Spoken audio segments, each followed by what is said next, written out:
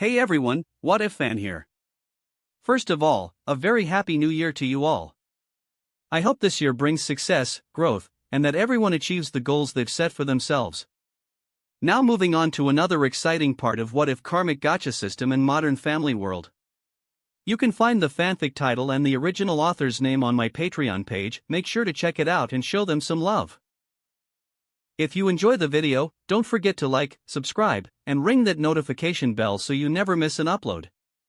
Also check out my Patreon channel for early releases of all the series, where you can find all the series released one day ahead of YouTube. Alright, let's jump into it. Chapter 146, Charity Concert, Part 3. General POV. This is breaking news. Ugh, why is he broadcasting this? The value of this information will be lower, a sleazy paparazzo muttered as he checked the pictures he had snapped with his secret camera, as Edward didn't allow flash photography inside the concert. In the world of paparazzi, the less people knew about the information, the more valuable it was. That's how it worked in their line of work. Having been ignored during the interview in front of the hospital earlier, he vowed to exact revenge by capturing unflattering pictures of Edward on stage. But as he reviewed his shots, he was stunned to find that all of the singer's pictures were immaculate and dashing. "Why is this happening?" he asked with teary eyes. "I just want one. Just one bad photo." Then, he was spotted and escorted out of the venue by a muscular African-American security guard in PE clothes. Far away from the venue, Desiree was busy packing her belongings as she and Abby needed to move back to New York the next day. Her skin glistened with sweat, and her red tank top clung to her body. They hadn't brought much with them to California, so it wasn't difficult for her to fit everything into 3 suitcases. After finishing, she wore a satisfied smile before turning her attention to the laptop, where she was watching the concert. I can still catch the last song. Wait, I'll bring an umbrella too, she muttered as she rushed out of the house. However, in her haste, she forgot to change her outfit when she got into the car and even left the door unlocked as she walked out. At the VVIP section, Selena kept teasing Taylor about the previous song. "You know, he did multiple songs for you, and you only tweaked a line for him in your song, Starlight," Selena said with a serious expression. "So maybe you should write a song just for him," she suggested. Taylor pondered it briefly, but then her dad chimed in, "No. You cannot do that. I haven't heard his country song yet. I haven't acknowledged him." Taylor rolled her eyes and replied, "Dad. He will do it. I think. I'm not sure. I forgot to ask." Scott looked at his daughter while she tried to avoid his gaze. Meanwhile, on Edward's website and forum page, discussions about the songs were exploding with activity. Almost everywhere in the country, people were starting to believe that there was something going on between Edward and Taylor, no matter how much they tried to cover things up. However, the conversation quieted down as Edward continued the performance with another song. Edward's POV. "Did you guys bring your umbrellas? I checked the weather forecast this morning, and it said it would be sunny. I don't know why we can smell the scent of rain right now," I spoke casually with the audience as they murmured with worry. The clouds kept darkening, and distant sounds of thunder could be heard. "Why is this happening?" I thought anxiously. From the injuries this morning to not getting permission to walk around the festival, and now rain threatening my performance, I felt like I was cursed today. Shouldn't my luck be good? Or is there another gacha session tonight, and my karma points have been tallied now? If so, did my bad karma surpass the good ones? How is that even possible? Well, I don't want to end the concert early. I have 3 songs left to perform. One of them, you guys have already had the chance to listen to, a song from my newly released single, Natural. Then, the crowd cheered upon hearing the song's name, prompting me to pause. I smiled as I patiently waited for them to calm down before continuing. "Seeing you guys like this, I think I will keep the other 2 songs as a surprise." Although there were some playful protests here and there, it didn't change my mind. For the next song, I decided to focus on singing and avoid the dancers. Just then, I heard Enid's hoarse voice coming from the crowd, and I turned to wave at her, unable to hold back my laughter. I signaled to the band, and the dancers rushed to the stage, circling around me as I sang.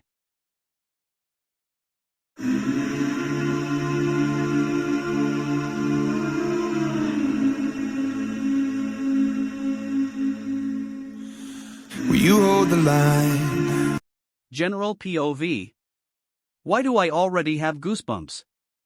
This is what Taylor meant when she said we definitely need to watch him live. Jennifer Stone, Selena's best friend, commented while rubbing her bare arm.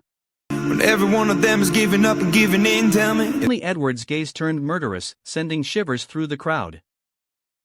They held their breath, their hearts racing, and their eyes filled with excitement.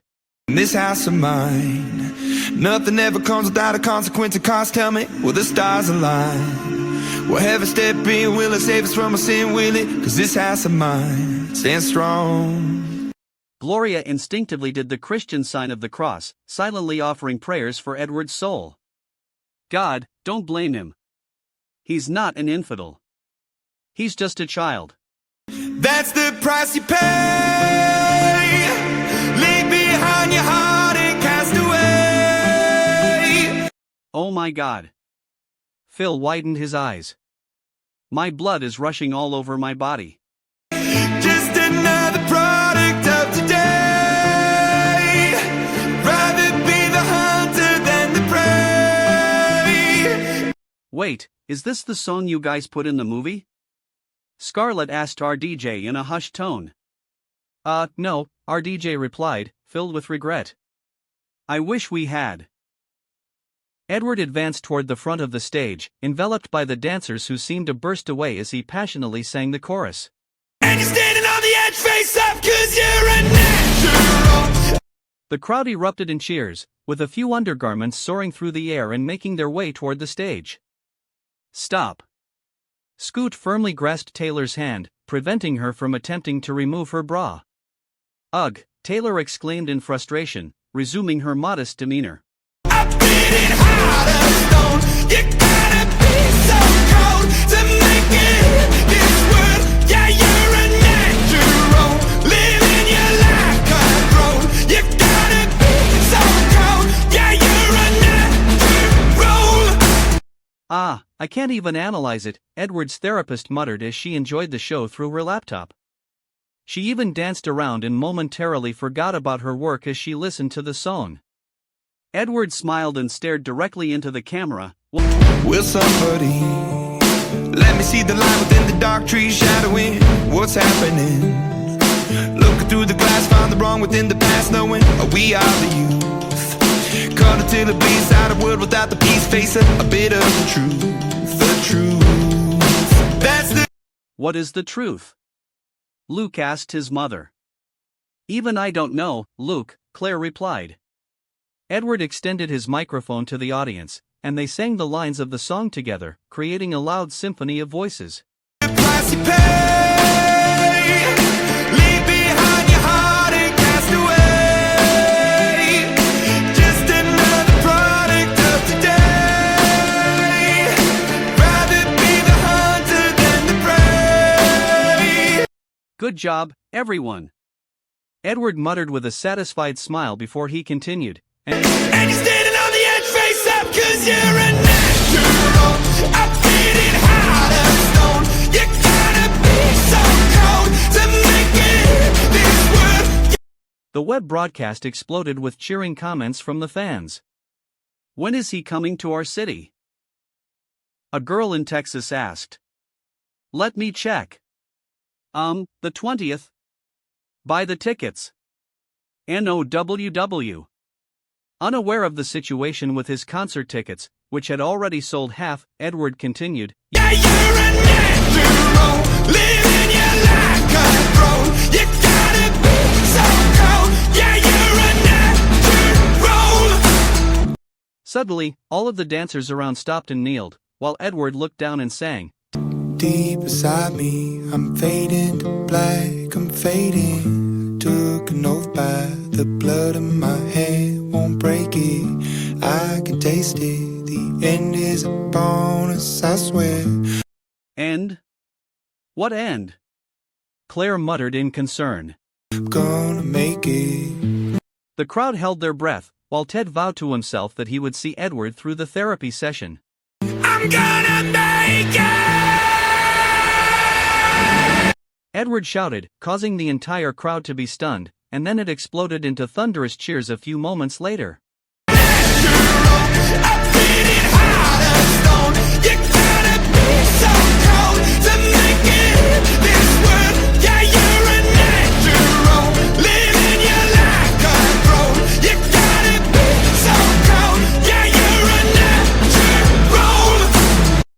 Edward walked back to the center of the stage, preparing for the ending.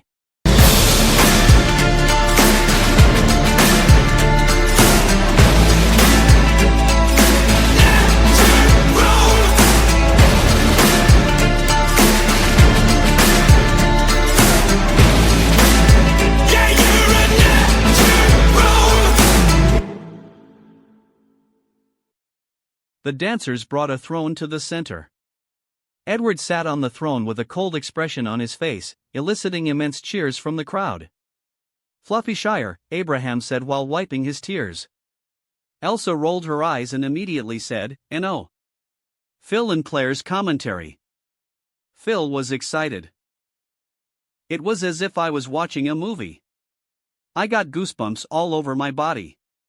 Claire nodded and said with a face filled with astonishment, "He's not exaggerating. It appeared, all over." Phil glanced at Claire in confusion before continuing, "Not only that, my Instagram page got a lot more followers during the show." "Huh? How many?" Claire asked. 5. Phil said in excitement. "I'm going to be, what's that word Edward said? Yeah, Insta-famous." Haley and Alex's commentary. "We have split opinions about the song," Haley muttered while crossing her arms.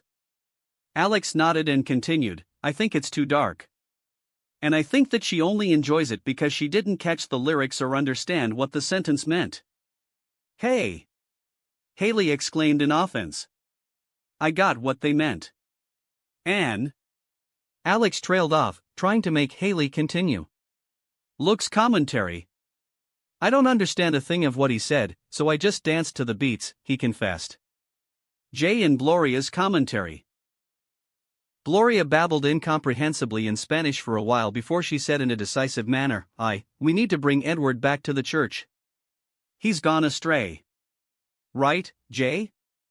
Jay sighed beside Gloria before he said, "Well, not exactly. He's just facing the world with a logical attitude right now. I think it's the best choice for him. When a man is no longer naive, then there's not a lot of things that could hurt him anymore." "So you're saying he shouldn't believe in God, Jay?" Gloria said angrily. "Un dia, toda la familia va a arder en el infierno. One day, the entire family will burn in hell, excepto yo, except me." Mitch and Cam's commentary.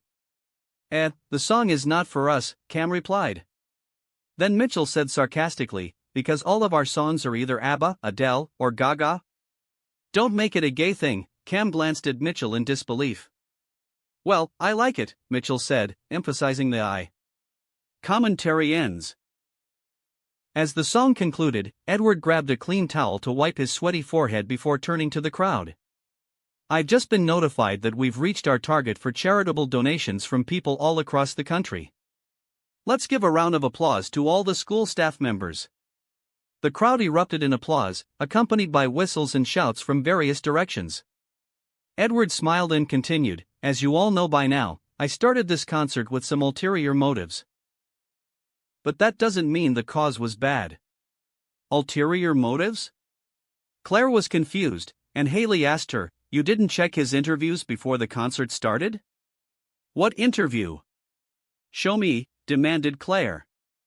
Haley took out her phone with the interview page already loaded. The title read, "A young pop star almost died being stabbed in an alley?"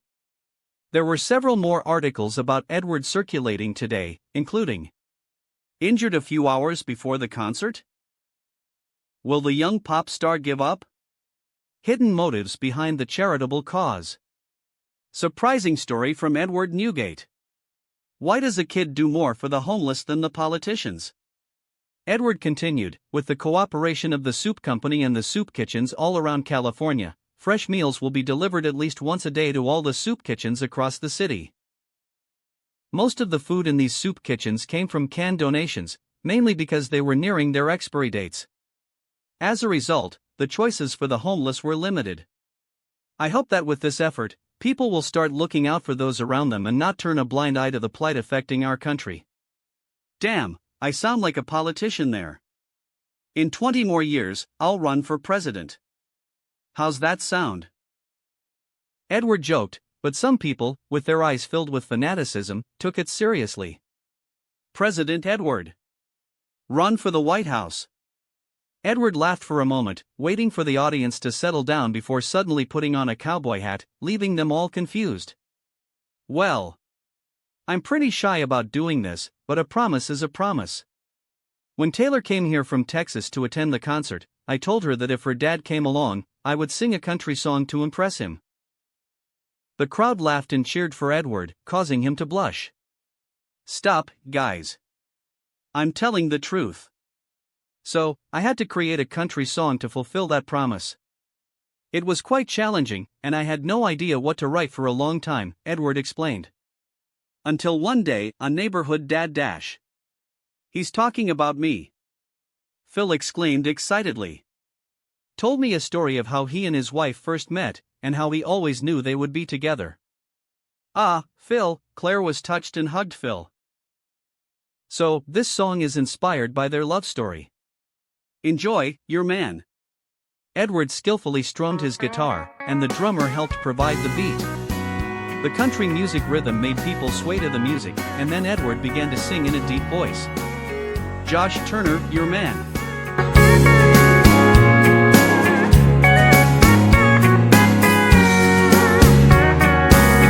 Baby, lock the door and turn the lights down low. PFF Phil nearly spewed out his drink as the song began. Claire froze in her spot, while the rest of the adults in the family looked at them in astonishment. Put some music on that's soft and slow. The nerve on that kid. Ha ha ha. Jay guffawed loudly. Baby, we ain't got no place to go. I hope you understand. Taylor's face blushed red, while her dad furrowed his brow. Taylor thought he was angry, but he suddenly smiled and exclaimed, "Good stuff." Edward playfully brought his guitar to the front of the stage, serenading the crowd. I've been thinking about this all day long. Never felt a feeling quite this strong. I can't believe how much it turns me on just to be your man. I want to dance, Scarjo suddenly said. With my husband. Well, he's not here, and my wife ain't here too, our DJ said before he took Scarjo's hand. They danced lightly to the melody.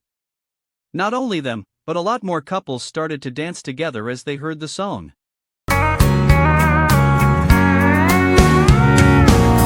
There's no hurry, don't you worry.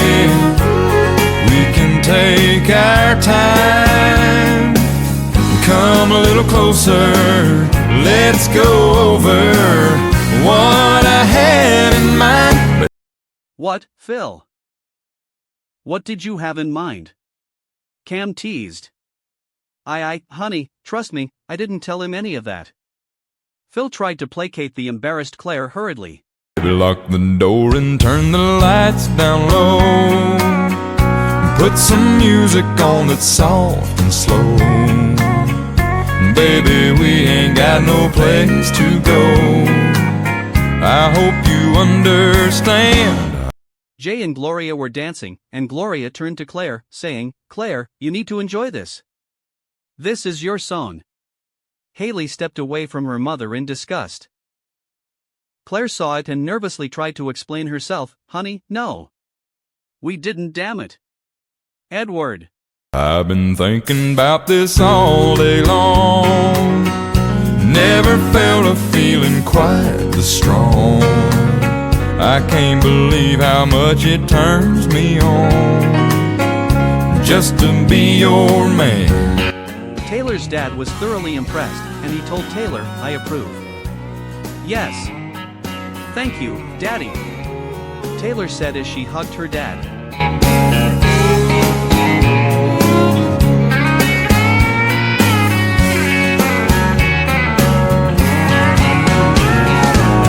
Ain't nobody ever loved nobody the way that I love you. We're alone now, you don't know how long I've wanted to. Enid's face blushed red, and she turned to Alex, saying, "I didn't think that your mom and dad were so affectionate." "I have no mom and dad from now on," Alex said in embarrassment, trying to hide her face behind her hair. Lock the door and turn the lights down low. Put some music on that's soft and slow. Edward's sweet and melting voice made many girls swoon once again. With a dazed face, Selena asked Taylor, "Hey, are you sure we can't share him?" "Back off, bitch." Edward continued without knowing about the catfight going on in the VVIP section. Baby, we ain't got no place to go.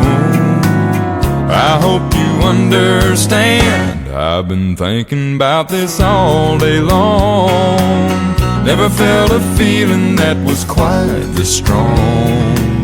I can't believe how much it turns me on just to be your man. "Claire, don't be mad. He's not doing this on purpose, I think. If you listen to the lyrics, it's about how much I love to be your man, not about waiting to do it with you," Phil tried to comfort his wife. Claire nodded reluctantly and said, "No, Phil. I swear he is doing this on purpose." "What does it mean?" "Sex?" Luke asked, causing both of his parents to freeze in their spot. I can't believe how much it turns me on just to be your man.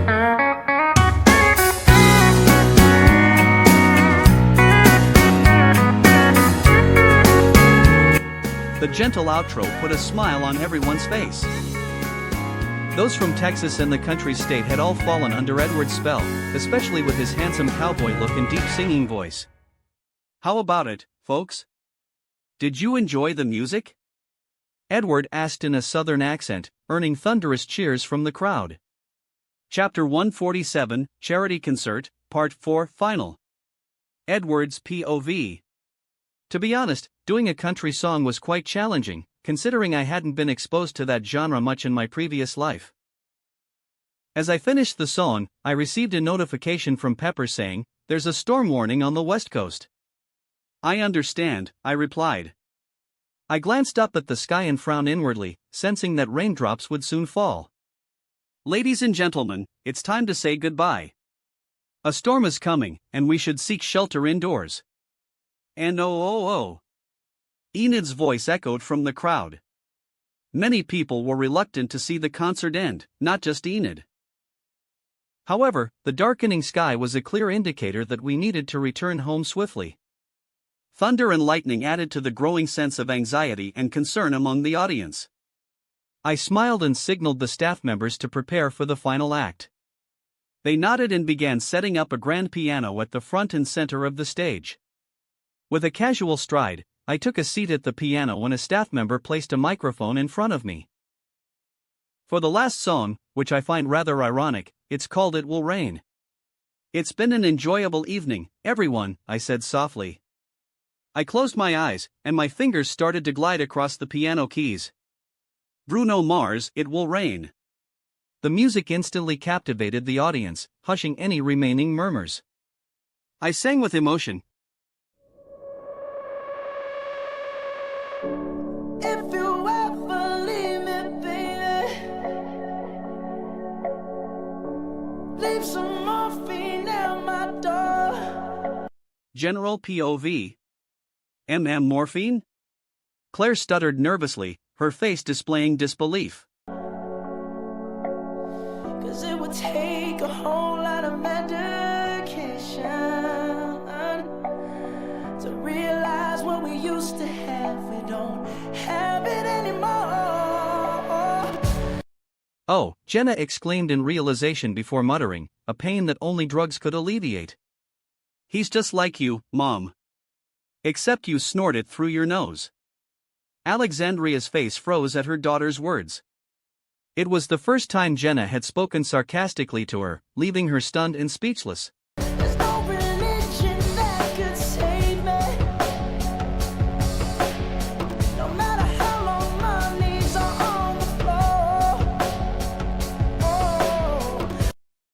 That infidel, Gloria murmured as she made an imaginary cross, again, silently praying for Edward's soul, again. So keep in mind all the sacrifices I'm making to keep you by my side and keep you from walking out the door. Edward gazed at the darkening sky as he poured his emotions into the song. His presence left a deep impression on the minds of those in the audience as he sang. 'Cause there'll be no sunlight if I lose you, baby. There'll be no clear skies if I lose you, baby. Enid's eyes lit up before she mumbled, "So, who's this for?" "It's not Abby, Taylor, or his mother, because that would just be weird. If it's for the deceased grandma, then it would be even weirder."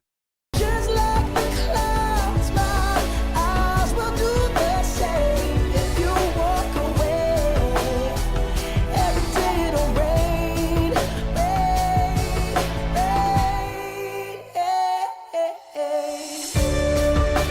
Enid then realized, the Twilight movie. I forgot about it. Wait. Did I really just forget about Twilight? I need to reread the whole book twice this summer to make sure this doesn't happen again.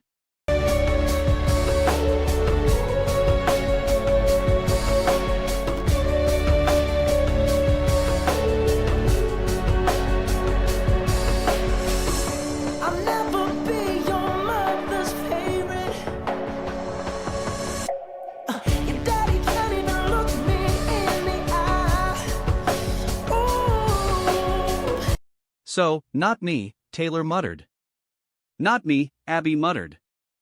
Not me, Haley muttered. Not me, Phil muttered. Claire was baffled and scolded quickly, "Why would it ever be for you?"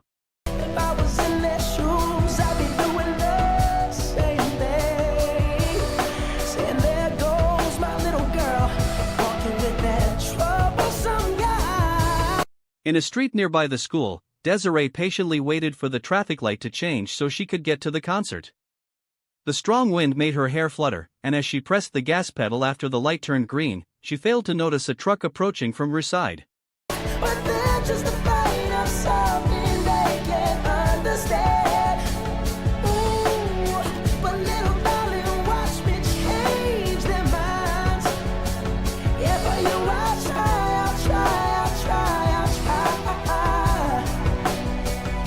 And pick up these broken pieces till I'm bleeding. If that'll make it right.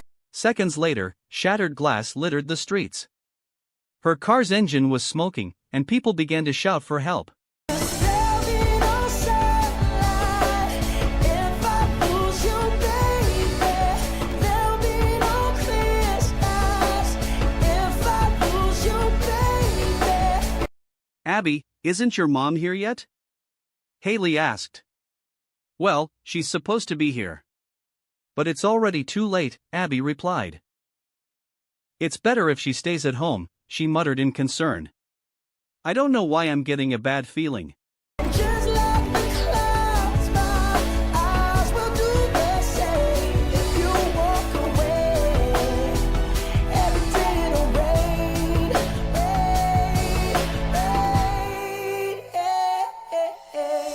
Edward scanned the crowd, and at that moment, a light drizzle began to fall from the clouds.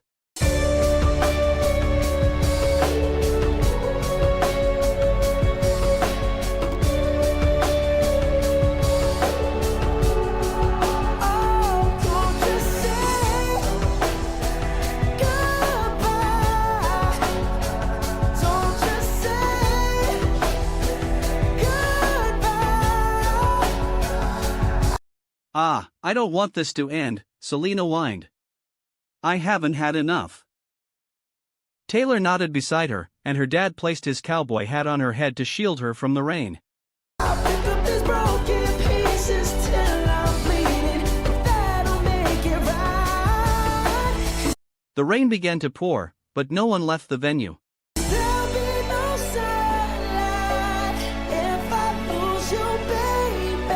And there'll be no clear skies if I lose you, baby. Edward's shirt became wet, and his muscular physique became more pronounced, causing a few girls to blush. His hair fell onto his face and the piano, adding to the legendary performance. Just like the clouds, my eyes will do the same. If you walk away, every day it'll rain, rain, rain.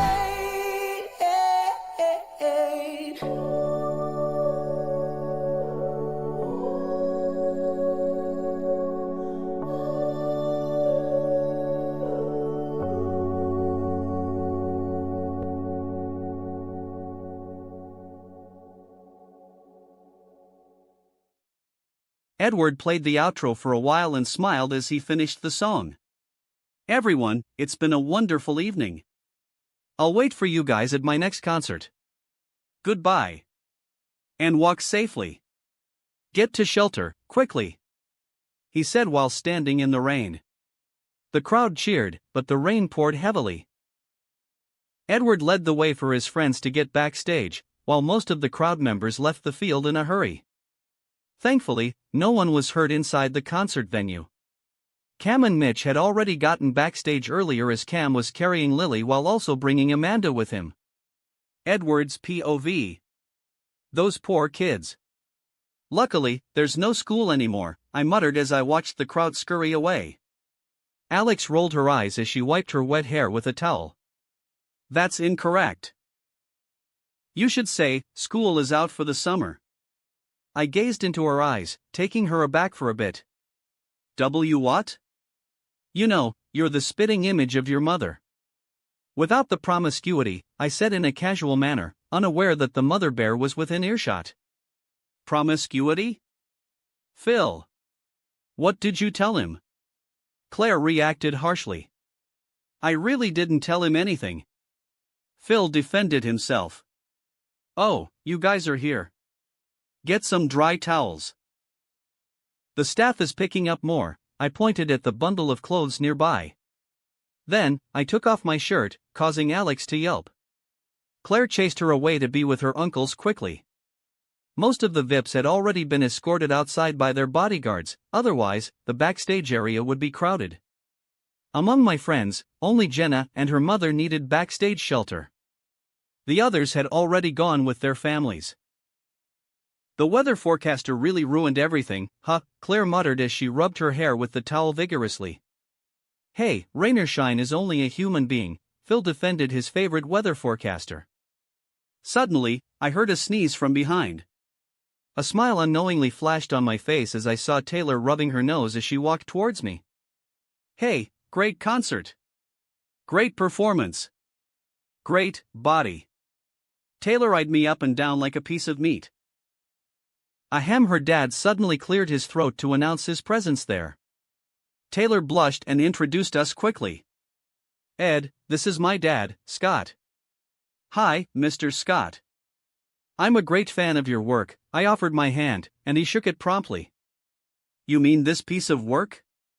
He said, glancing at his daughter. Dad. Taylor protested. Yeah, I agreed with him. Hey. Ugh. Taylor groaned and went to dry herself up while I talked with her dad for a while. So, any intentions of going into the country music arena? He asked jokingly. At this moment, no, I replied with a laugh. Okay, enough pleasantries. I know you want my daughter. Scott suddenly turned serious. I wasn't intimidated and replied, yes. He was taken aback for a second before he grinned and added, to join your company. Honestly, I'm against it. Even more so when I found out that the both of you were being intimate with each other. Taylor caught the last sentence, and her face blushed red from embarrassment. Dad, No need to lie in front of me, Tay-Tay. So Edward, if I say that I will let her go to your company right away, and even pay all of the penalty for breaching the contract, on one condition. You need to stop being intimate with her, will you do it? Dad, Taylor tried to intervene, but Scott stopped her. I want to hear the answer from you, Edward. Well, if we are being honest here, no, I replied, causing both Scott and Taylor to widen their eyes. Because I can get her to sign on to my company on my own, I smirked.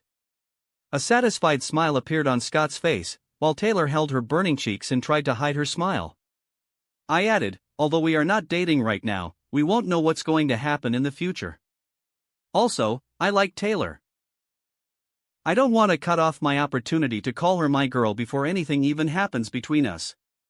Scott raised one of his eyebrows and growled with a grim face, you guys had already slept together. What are you even talking about? Dad! Taylor yelled in protest, shocked by her dad's words. I laughed a bit and didn't continue speaking, as I could already see Scott trying to hold back his smile. Alright, I won't bother you kids anymore. He shook my hand again as he said, it's a pleasure seeing you on stage today. It's also been a pleasure getting to know Taylor's lovely dad. Humph, Scott snorted before he walked away. Wear a shirt. Ah, I forgot. I finally realized that I was shirtless the entire time. You forgot? Taylor was baffled, but then she smiled as she walked towards me. However, before she could reach me, Selena walked over and grabbed her arm before saying, wow Ed, nice body. I grabbed a white t-shirt from the chair nearby and wore it quickly. Alright, enough free shows. Hee if you want me to pay you back, I can. Stop. Taylor cupped Selena's mouth before she could finish her words. She smiled at me worriedly as she excused herself, I need to talk to Selena in private. Do you mind? Nah, not at all. Go. Also, Ed, how's your foot? Taylor asked before she walked away. It's fine now. I'm on painkillers. Plus the adrenaline from performing, I haven't felt anything for a while. I confessed. Also, I have to warn you, I'm not joining the after party if you feel like sneaking in. Selena pushed Taylor's hand away and asked hurriedly, huh? Why not? I'm injured. Laugh, I need to rest. I replied in a casual manner. Taylor and Selena walked away in dissatisfaction. I walked towards where Pepper and my family were standing, but someone intercepted my path before I could reach there. Ed. Nice show. Kaya said as she hugged me with her sweaty body. Hey, I just changed. I scolded the dancer insincerely. I just realized that I haven't shown you yet about our choreography in the movie, Kaya said as she took out her phone. My eyes lit up, Ironette dance. Let me see. Hee. Here, this is me and the other dancers changing. She said as she showed a picture of the dancers in only their underpants. Luckily, their fronts weren't facing the camera as Kaya snapped the photo. This is the dance. She showed the oldie-style dance she and the other Ironette practiced and then showed several pictures of her and the other celebrities in the show. This is us, Kaya and Anna, and Scarjo before the show. This is us and John. This is us with Samuel L. Jackson. This is a video of us scissoring the night before. Sorry about that. I was stunned as Kaya blushed and scrolled over to the next photo, trying to smoothly gloss over the topic. Hold up. You and Anna? I asked in bewilderment, and also a bit of excitement. The 5 seconds I saw on the video had burned deeply into my mind, and I needed answers. No. We weren't dating if that's what you're thinking of. That was just stress relief, Kaya replied casually. Edward, I need to talk to you, Mrs. Henderson suddenly interjected. Can you wait 5 minutes? I need to hear more about this, I said, trying to get the details from Kaya's mouth. Excuse us, Mrs. Henderson grabbed my arm and dragged me away. Kaya. I need details. Details. I exclaimed, causing Kaya to snicker. To my surprise, Haley and Abby were also standing near my family and were currently sharing their opinions about the concert with my proud aunt. Their shirts were wet and sticking to their bodies, which was a treat to the eyes. Mrs. Henderson briefed me about the donations we received during the concert and wondered if I wanted to give out to the charity personally. I rejected that offer and left all the work to the school, as I was already busy enough in the summer. What are you going to do this summer?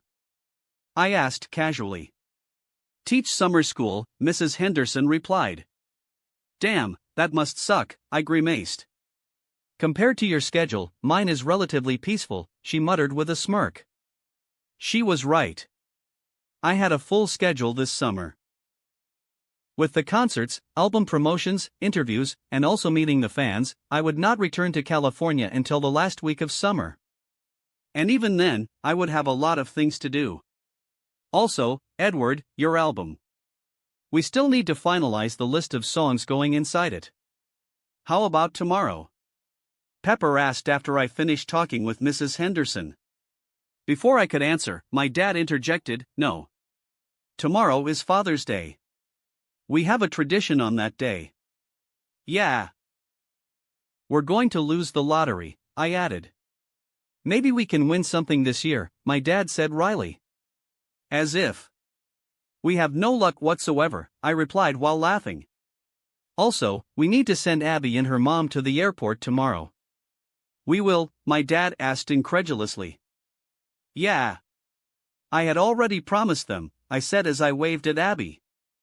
But then, I was shocked as I saw she was crying. I rushed towards her and asked hurriedly, what happened? Her hand shivered. Her mascara was smudged, from the rain, and also from the tears from crying right now.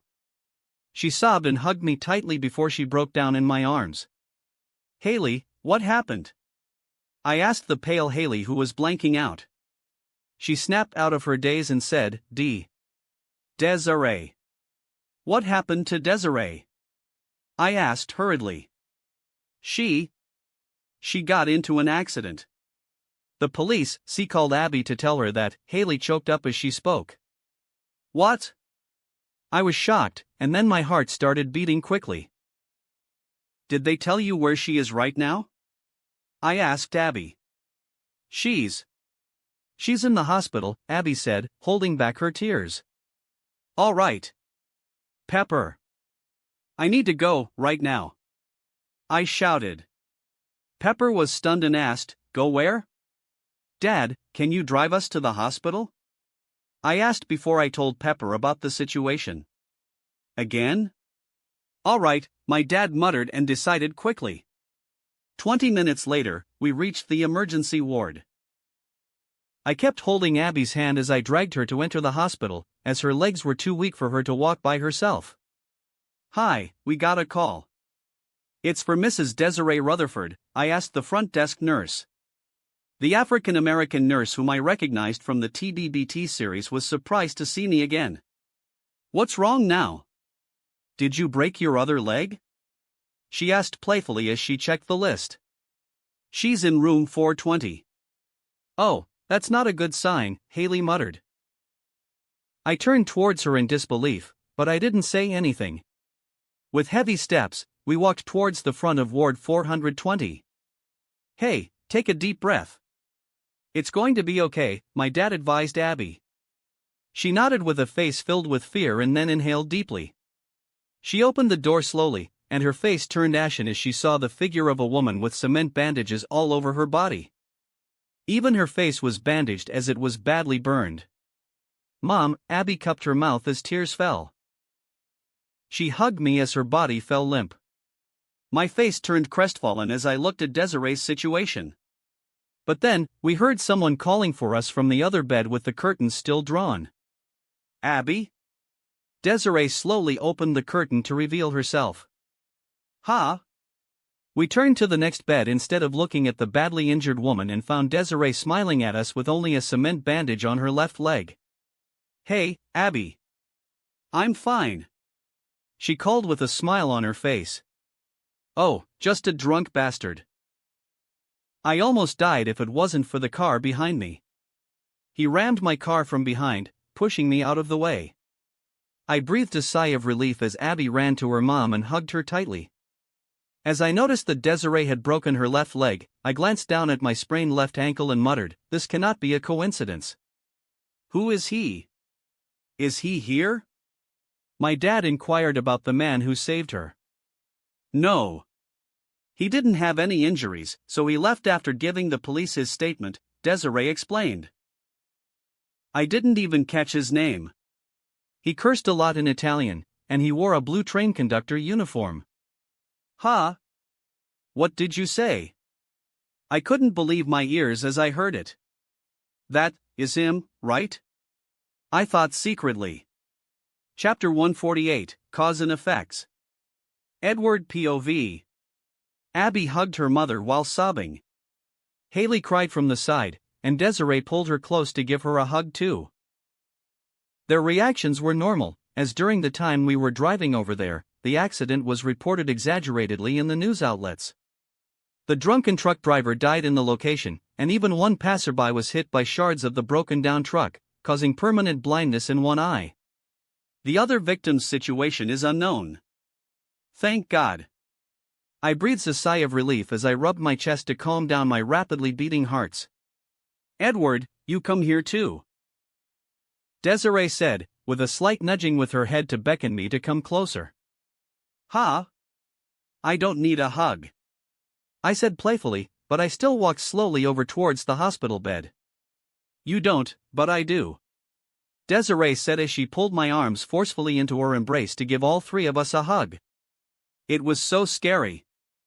My life was flashing right before my eyes. Desiree muttered in a solemn tone as she tightened her arms around us. "Did you see a good memory, or a bad one?" I asked her in a curious tone as I slowly pulled my body out of her hug. "You know what, I don't even remember what it was that I saw before. It's all become blurry now that I try to recall it back," Desiree replied, her hands were still shivering from her near-death experience. "Did your body freeze? You couldn't even understand what was happening until the truck hit, and you have a really urgent sense to make your life better now?" I asked in a casual manner. "Why yes." "How? Did you know it so well?" Desiree widened her eyes in disbelief, while Abby and Haley gave me a sideways glance from burying their head in Desiree's bosom. I would never admit that one of the reasons I pulled myself out of the hug was because I couldn't be in their position. Not ever. Well, let's just say I have a lot of experiences with trucks. I shuddered as I thought of the memory of when I returned home from the grocery store in my scooter before. Chapter 1. Huh? Haley raised one of her eyebrows, but I just waved one of my hands to dismiss it. You know, there's an amusing theory about the life flashing back before your eyes thing, but I'm not sure if the timing is appropriate for me to say it. Just spit it out, Abby demanded angrily, her cheeks still pushing hard on her mother's chest, igniting my jealousy. "I'll tell you later," I smirked, causing Abby to pout. She buried her head in her mother's chest again while silently muttering, "There is no more later, jerk." "Ed, I will go handle the paperworks," my dad said as he excused himself from the room, while giving a subtle glance at Desiree. Abby and I caught it, and shuddered. Desiree then flinched in pain as Haley accidentally pressed on her left broken leg. I'm sorry." Haley apologized quickly and pulled herself away a few steps from the patient. Desiree waved it off saying it's fine, but Haley was still apologetic. "What did the doctor say?" I asked before I grabbed the medical board in front of the bed and checked it out myself. "Broken tibia and femur. Well, it will take at least 2 months before you can take out the cast." I licked my lips as I read the doctor's medical assessments. "It can take even longer, with your age." "What was that?" Desiree's eyes shone a deathly glint. "No, nothing. I'm just talking to myself," I said in a nervous manner before saying, "I'ma go and catch up with Dad." My dad was talking to the doctor and helping Desiree handle the hospital documentations at this time. He also tried to find the one who had helped her, but it was as if no one even remembered that guy. General POV. While Edward was visiting Desiree in the hospital, the charity crew members and concerts performers were having an after-party in a club in the city. The concert had become the talk of the town, and the numbers of users who downloaded and created an account in the Instagram app skyrocketed. As the apps also provided a web version, the numbers of users had reached a staggering 300,000 users in just an evening. In Ed's previous life, the apps had only reached 1 million users in 2.5 months, but Ed could achieve that in a week, maybe less. It's a brilliant execution. Not only did he manage to gain a lot of traction for the application's launch, but he also posted a few behind-the-scenes photos and videos on his profile page, so the ones who want to see it need to download the application. Frankie Dart said as she monitored the app's growth and data. Frankie called Claire through a Bluetooth headset as she worked from her office in the port, while Claire was hurrying to go to her neighbor's house after she returned home from the concert. Claire flashed a proud mother smile and said, "Edward is amazing. Frankie, I hate to say this, but I think that I need to let you handle this alone for just a few hours more." "Huh? Why?" Frankie asked, not annoyed by the situation. "Desiree got into an accident. She texted me through Haley, asking me to bring some of her clothes so that she could go home." "Oh, what happened to her?" Frankie asked, concerned. "She broke her leg from a car accident. I'll tell you more when I get more information," Claire replied before entering Desiree's house. She forgot that she didn't ask her for a key, and was surprised when she realized that the door was unlocked. "That careless dash," she muttered to herself.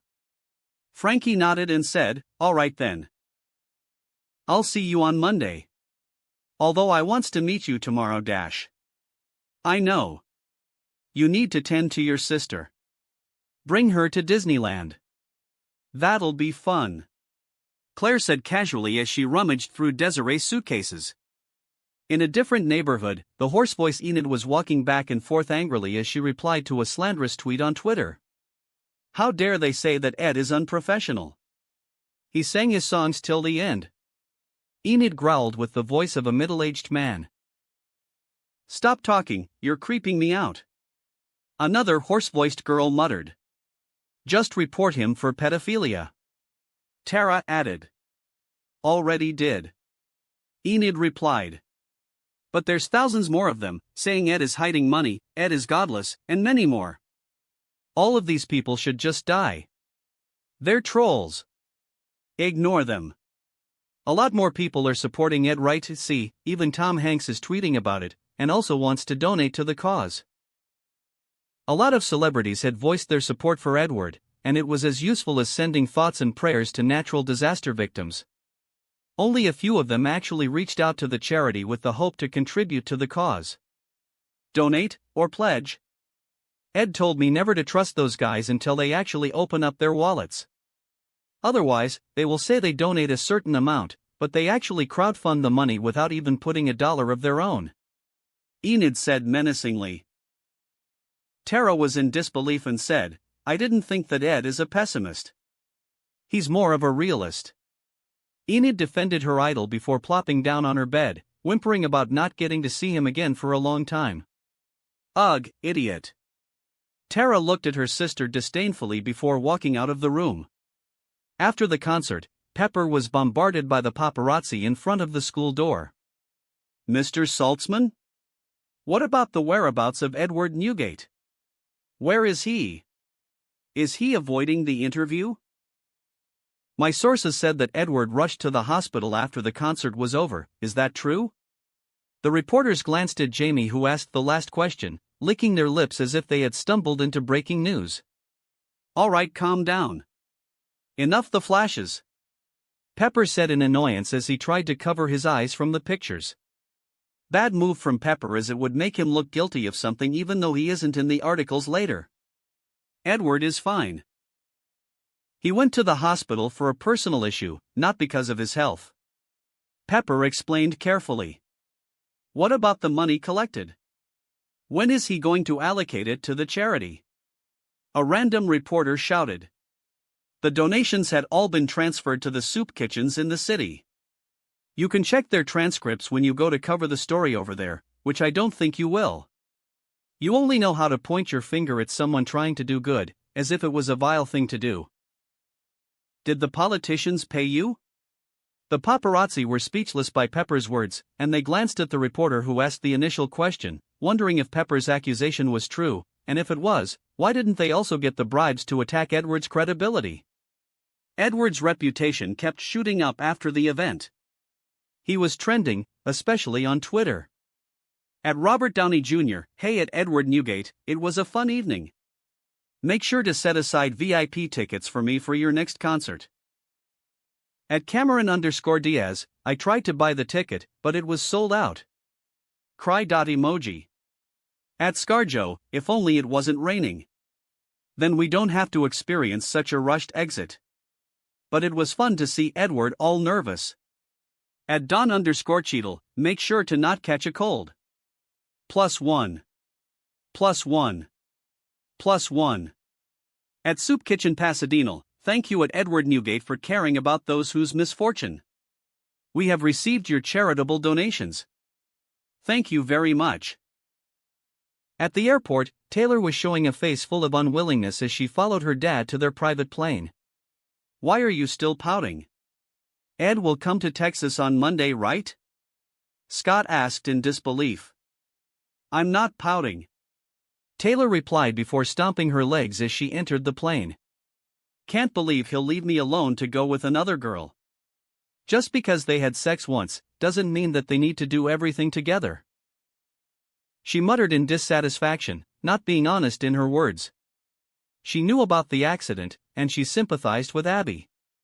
So she'd let her have one last night with Ed before she moved away to New York. Honestly, Ed can make it as a country singer. I must bring him to watch a few shows while we're there. Scott said with a wide smile. No. Taylor dismissed his thoughts instantly. I want to be the one who brings him around. She said, emphasized on the I. Then you bring him to watch the shows. Scott replied. Maybe bring him to try bull riding. Taylor rolled her eyes and said, Dad, you know our state has passed the saloon era, right? Why are you still obsessed with Wild Wild West? You're embarrassing me. Scott was stunned for a while before he muttered with a sly smirk, Daughter.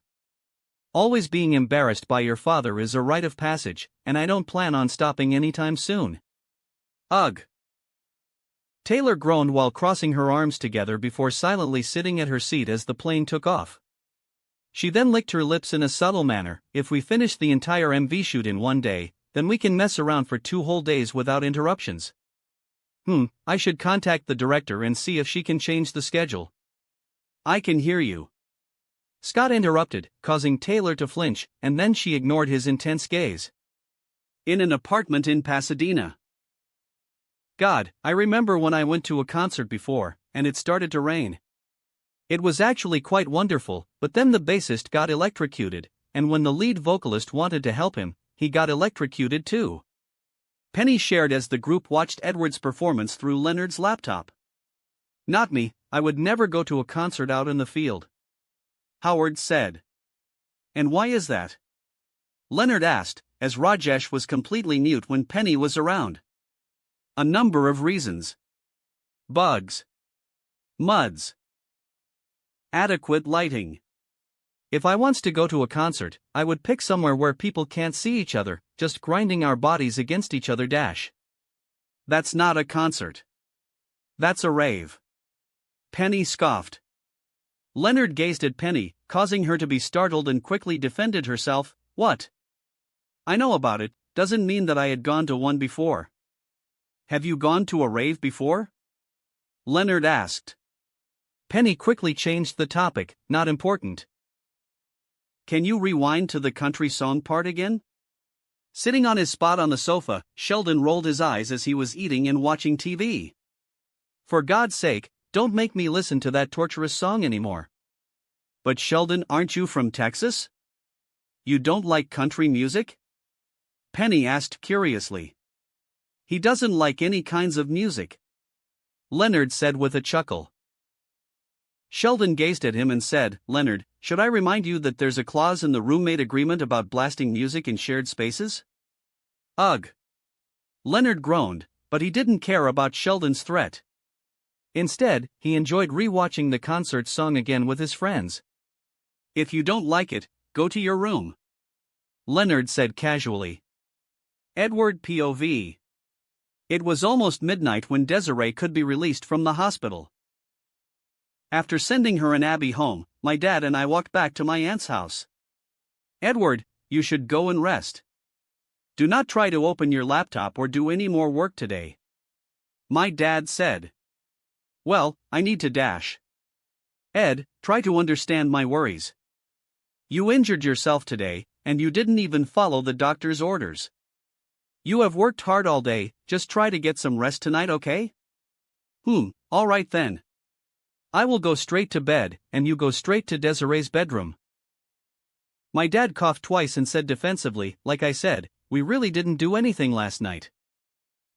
I wish I could believe you," I muttered with some apprehension before smirking and walking up to my room.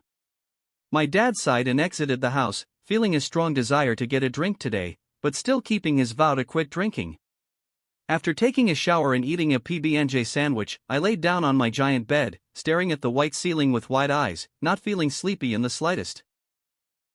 I crouched a bit to try and reach for my phone, but gave up midway and stared at the ceiling again. Am I addicted to my phone? I don't know. It happened a few more times, but I still kept my willpower strong as I stared at the empty ceiling. PSSTT. Suddenly, I heard a sound coming from my window. I got out of bed and opened it. "Abby, go to sleep. You need to take care of your mom tomorrow. You guys have an early flight. Come on, it's my last night in LA. I don't think that it can be more graceless than this." She laughed. "You have no grace." I corrected her, making her angry. "I can if I want to." "Nah." "Yaha." We talked and talked, until it was almost 4 a.m. It was the last late-night conversation that we could have in a while, and none of us wanted it to end this early. General POV. 6:30 in the morning. Near the port, inside a rundown bar. A mustached barkeeper was wiping the desk when Ted walked into the tavern. "Oh, Theodore. Did you decide to start downing whiskey again after waking up this morning?" "Stop joking, Jim. I'm picking up Dwayne here, and also, mind firing up the grill and making me some bacon and eggs? You know we open at 8, Ted. Luckily, I have a soft spot for you, so just wait for a sec and help me throw out that drunkard, will ya?" Jim laughed as he walked into the kitchen. Ted scanned the room, and then widened his eyes as he saw the lone man pouring whiskey into a cup and gulping it down in one shot. "You." Ted walked towards the man quickly. He was wearing a train conductor uniform, and Ted's instinct told him that this man was the one who got involved in the accident yesterday's evening. To Ted's surprise, the man still has clarity in his eyes, as if the 15 bottles mixtures of alcohol, whiskey, vodka, tequila, was only some mineral water that he had been pouring into his throat all night. "Sir, may I ask you a question? Are you the one who saved my friend last night from being killed by a truck?" "Oh, I remember that. Yes. That's me. Jim. Put this man's tabs on my account." Ted quickly shouted to the barkeeper. Jim frowned and said, "Are you sure? It's thousands of dollars.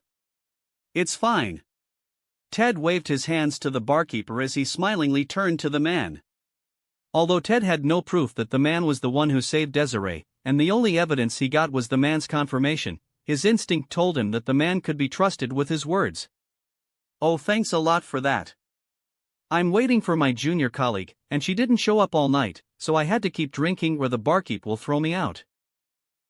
The man joked before offering his hand for a handshake. "Theodore.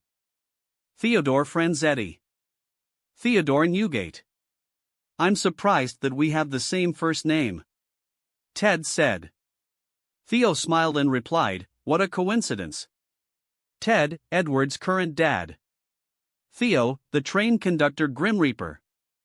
After some initial introductions, Ted asked, "Theodore, you're a train conductor?" "Yes.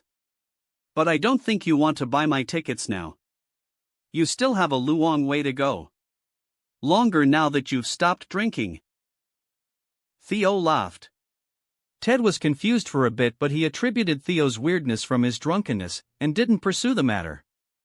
You know, I used to be in jail, Theo said, surprising Ted, but he didn't show any apprehension to sit together with the man. How long? Ted asked, drinking his cup of joe. Longer than you can imagine. But my son bailed me out.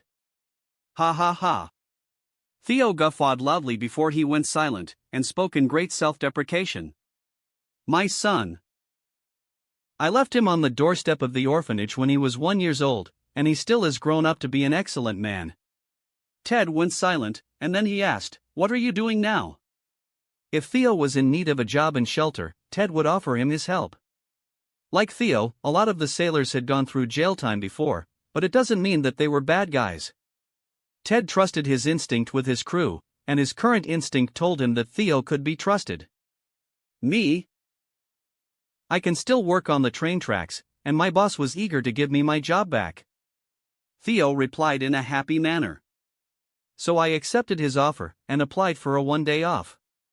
Then, I committed a crime again, and now, I'm just waiting for those guys to throw me back behind bars. Crime? What could you possibly have done? Ted asked in confusion. You know, the accident. Theo replied. Ted was shocked and asked, they will put you in jail because you got into a fender bender? How is that possibly a crime?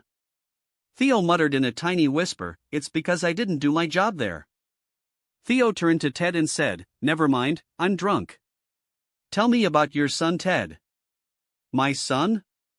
He's my precious boy. Ted replied proudly before they both laughed out loud. Ted told Theo about Ed starting with him as a baby. He even showed Theo the baby pictures of Ed he still kept inside his wallet. Theo listened to all the stories with a kind smile, his eyes unknowingly shed some tears that went unnoticed by Ted. So, your wife left? Theo asked as he downed a cup of vodka. Just over 2 years ago. How about yours? Ted asked. Bang! Shot in the head by the mafia. Theo said with a laugh, but his eyes turned moist, and shortly after, he broke down crying. Ted went silent and patted Theo in the back as he processed his emotions. How about your son now? What's he currently doing? Ted asked. Oh, he's doing very, very well right now. I'm glad that he didn't follow in my footsteps, although there were some dangerous slippery slopes there. Theo replied before he reached into his inner pocket and pulled out a box of cigarette. Want one? He offered. Sure. Ted accepted and they both lit up their cigarettes. As Theo inhaled a puff, he asked, what are you doing here so early in the morning, Ted? Oh, I'm buying lottery tickets with my friend. Lotto? Isn't it too late now? If I can reach the next town in 45 more minutes, then I can make it. Ted replied as he looked into his wrist watch.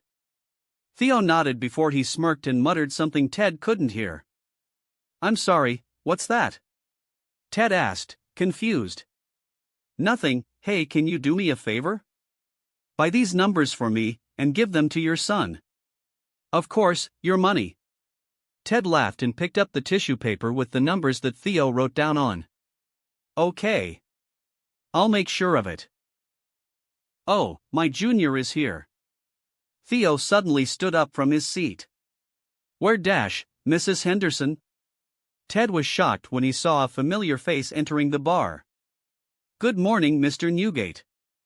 Drinking this early in the morning is not good for you, Mrs. Henderson said in a gentle manner. He's not drinking, he's not drinking. Theo spoke up to defend Ted. Suddenly, Dwayne also entered the bar, looking for Ted. As Ted greeted Dwayne, he didn't realize that the colleague duo had already disappeared. Hey, it was nice meeting with you. I should get your number. Desiree would love to meet with you to thank you herself. Ted said, but as he turned, he was surprised when he saw that the duo was no longer in his sight. Theo? Ted looked around the bar. Mrs. Henderson? He called, but no one answered him.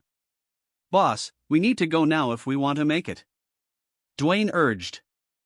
After a few seconds of silence and searching, Ted said with a heavy sigh, "All right. Let's go." Chapter 149, Goodbye. Edward POV. 7:00 a.m. Abby and I were still talking to each other through the window. Suddenly, Desiree knocked on Abby's already open door to notify her presence. "Abigail? You didn't sleep?" Desiree asked while cleaning the area around her eyes. "Ah. Not yet. I will sleep on the plane." Abby replied, her eyes was bloodshot from the overnight conversation. PFF Abigail. I couldn't hold back my laugh. Turning back to look at me with a red face, Abby shouted, "Shut up." Desiree walked near Abby before bending forward, hands on the windowsill as she greeted me, "Good morning, Ed." "Good morning, Desiree.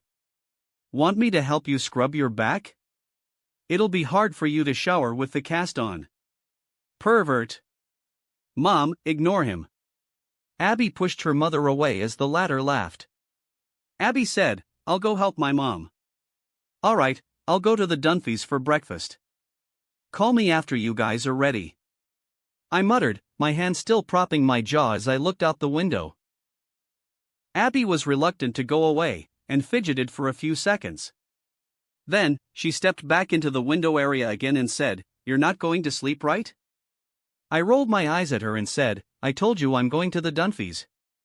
Your mom chose to go to the airport with Claire. Remember?" "Ah, right. Sorry, brain fart moment," Abby said in a cute manner before running away with a blushing face. It was normal to get impaired cognitive function after a sleepless night. Yesterday at the hospital, Claire offered to send Desiree to the airport today, as she thought it was more normal for her to do so instead of my dad. It was true when we think about it. She was her best friend, and my dad was just a guy she went on one date with.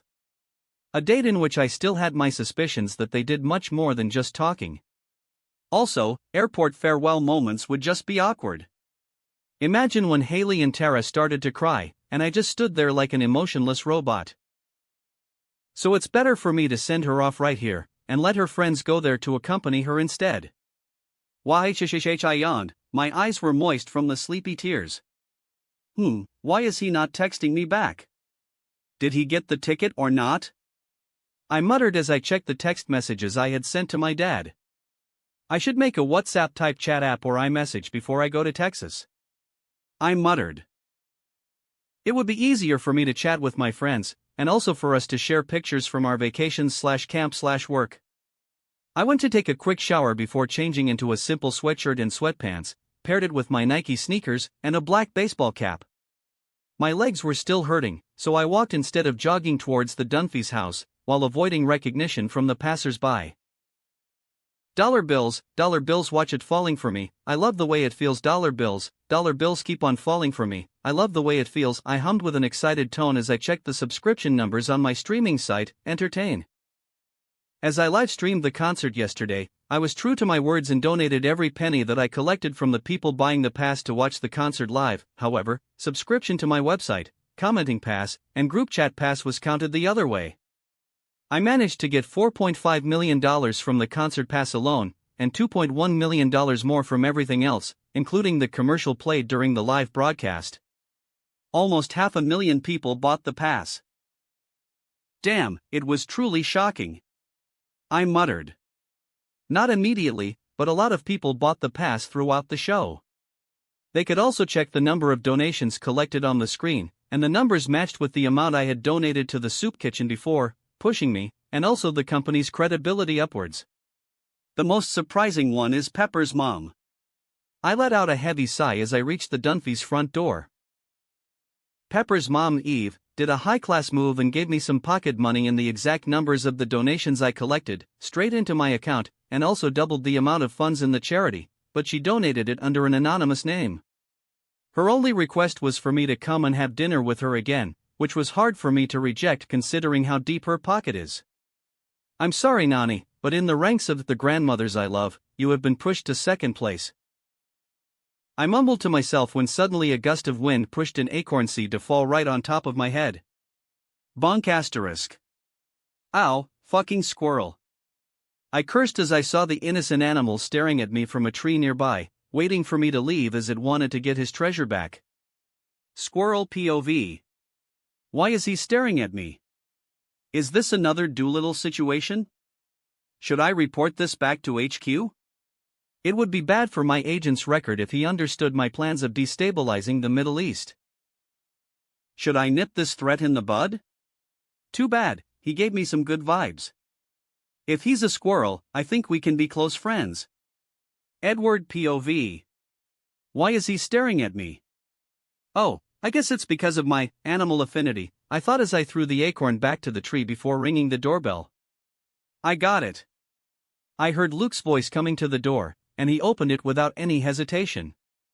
Dude, what if I'm a kidnapper? I narrowed my eyes and used a scolding tone as I entered the house. Do you have any candy? Luke asked casually. No? Then don't worry, I won't go with you. That's not how it works, Luke. I widened my eyes in disbelief as Luke walked back towards the kitchen smilingly. I rubbed my forehead in frustration before following Luke. My nose picked up a sweet scent. Pancake? French toast? I muttered as I saw the Dunphy's family working hard in the kitchen. Claire was flipping pancakes, Alex was making French toast, and Haley put some chocolate chips and syrups on the dish before bringing it to Phil, who was waiting at the dinner table. Ho ho, a king for a day. I greeted Phil. Ed, come eat. Phil invited with a high spirit. Usually people just give a card for Father's Day. Don't let my dad know about this, or he'll have some unrealistic expectations. I said to Claire and Haley. They laughed before Haley grabbed something from the kitchen top. We did bought a card. I chuckled a bit before Alex walked towards me and shoved a plate of French toast onto my hands. Here. Your eyes are red. You should rest more. I will once I send off Abby and Desiree. I replied. My words were like pouring cold water on the excitement, causing both Claire and Haley to be depressed. Ah. I don't want to say goodbye. It'll ruin my mascara. Haley muttered in a joking manner. I smiled and sat next to Phil as he enjoyed his Father's Day surprise from his family. Hey, Ed, are you okay? Phil asked after seeing that his family was no longer paying attention to us. Huh? Why do you ask?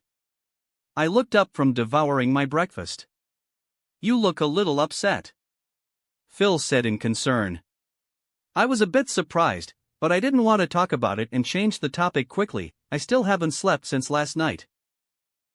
By the way, Phil, did you get interviewed at the end of the concert yesterday? There's an interview? Phil's eyes lit up. Yeah, I think Cam and Mitch did it. Pepper told me, but I'm not sure which media it was yet. Oh, lucky them. Phil lowered his head in depression, before his mood lifted again as Claire walked over with a plate of pancakes. She kissed the top of his head and said, "Enjoy, honey. I'm going over to Desiree's house. I'll be using the minivan to send them to the airport. I'll help you load the suitcases." I wanted to finish my breakfast and leave with Claire, but she stopped me. No need, Ed. You said you haven't slept. It'll be 2 more hours before they leave. Haley and I will go there first, and we will call you when it's almost time. Try to get some rest before it happens. Claire said in a soft and gentle manner, which spooked me a bit. Who are you? And what have you done to Claire? I widened my eyes and asked in a horrified voice. She rolled her eyes and said angrily, I can be sensitive if I need to. Now come on, Haley. Let's go. After she left, I asked Phil, any idea what's that all about? Well, she seems to get the idea that It Will Rain song is created for Abby. Phil explained. Oh, that song wasn't even about me. I said casually. Alex sat next to me after finishing her work and said, Really? Then who was it? Please don't tell me it's my parents again. I can't handle one song, now there's going to be 2 of them. Alex begged. I laughed and said, no. It's actually about my dad. You know, after my mom left him. He didn't drown himself in morphine though, but I just learned about it at the time, and thought it was edgy. Ah! Phil exclaimed in relief. I can rest easy now. And Claire doesn't have to keep you away from your house until she finds the stash anymore. She's there now? I asked in confusion. No. She said she's going there later. Phil explained subconsciously. I was puzzled by Phil's words, but I decided to just ignore it. I talked to Alex for a while, and then asked Phil, hey, can't you buy her a smartphone? Huh? For Alex? Phil asked, confused. Even Alex was confused by my sudden request. Well, I can buy it for her, but I got a feeling that she won't accept it. Wait, Alex, I can use your payment to buy you a new phone. Why do I need a new one?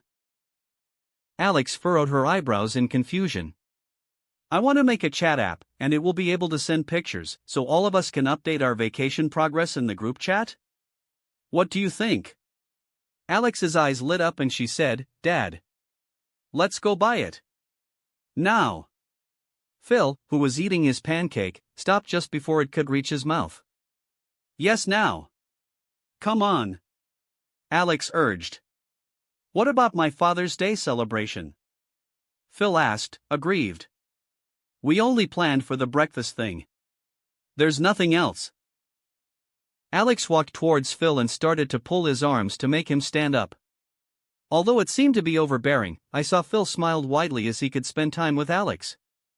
In all of his children, his relationship with Alex was quite strained as Alex was generally a serious person.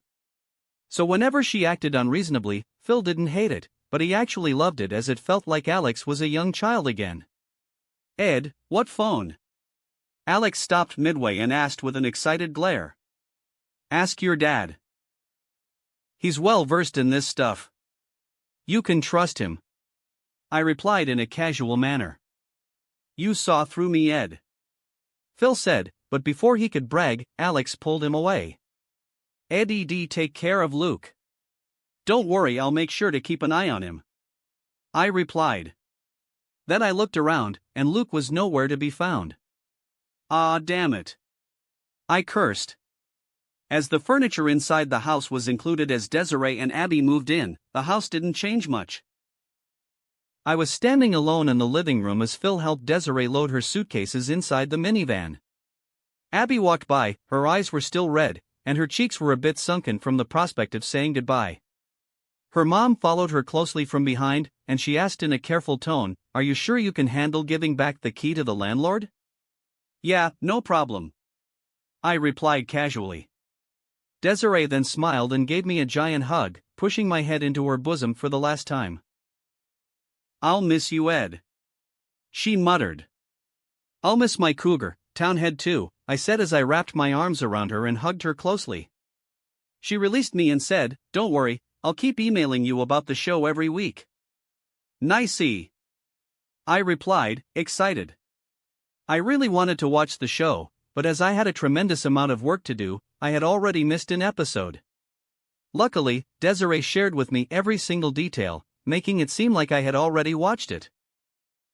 She waved me off as she exited the house, leaving me alone with Abby. Don't cry.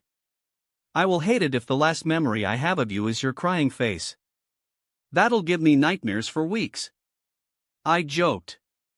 Abby, who was feeling melancholic, punched me in the arms lightly as she got annoyed. You should be grateful that I appear in your dreams. Even if it's a nightmare. She said jokingly. No. I don't want a goth girl to enter my dream. Unless it's a wet dream. Pervert. Anyway, don't be so sad. I'll come see you when my tour reaches New York. I said as I grabbed her hand. She stared right into my eyes with a look of determination on her face. No. Don't come. She said suddenly. Huh? Why not? I raised one of my eyebrows, and my tone was annoyed. If you come, then I'll know for sure that I will desperately want to follow you back. Abby choked and closed her eyes as she started tearing up. I sighed as I held her chin, pulling it upwards so that I could see it clearly. She opened her eyes and stopped crying. She wiped her tears and said, "So, don't come." I rubbed my hair in frustration before I looked at her angrily. She smiled wryly and said, "Come on. Do me this favor." "Sure, but you have to text me at least once a week, even when you're busy." I relented. "I will." She stopped crying and then she said, close your eyes." I was confused at first, but then, I followed her request. Then, I could feel her presence, especially her face, was so close to mine. "Hey Dash. Ed, don't open it. Feel it instead," she said before she put her hand on my face. I sensed her warmth, and I could hear her voice more clearly. When my dad left, the figure of him getting out the door kept lingering in my mind. "I don't want it to happen to you too," Abby said. "I want your last memory of me to be a good one." "What do you propose?" I asked. She touched my nose as she gazed at my face intently, trying to remember every single detail. "You can only open your eyes when you can no longer feel me." "Ugh, I regret making you watch How I Met Your Mother." I joked, but I didn't open my eyes. Then, I felt a soft sensation on my cheeks, my nose, and my forehead. "Don't forget me, okay?" Abby said before she kissed me on the lips. Then, she slowly backed away, released her hands that were holding mine, and walked away without saying goodbye. I stood alone inside the house for over half an hour until I could no longer feel her warmth on my lips, and I tried desperately to remember the sensation. "Goodbye, Abby," I muttered as I opened my eyes, feeling that the world was a little bit colder as I did. Edward's commentary.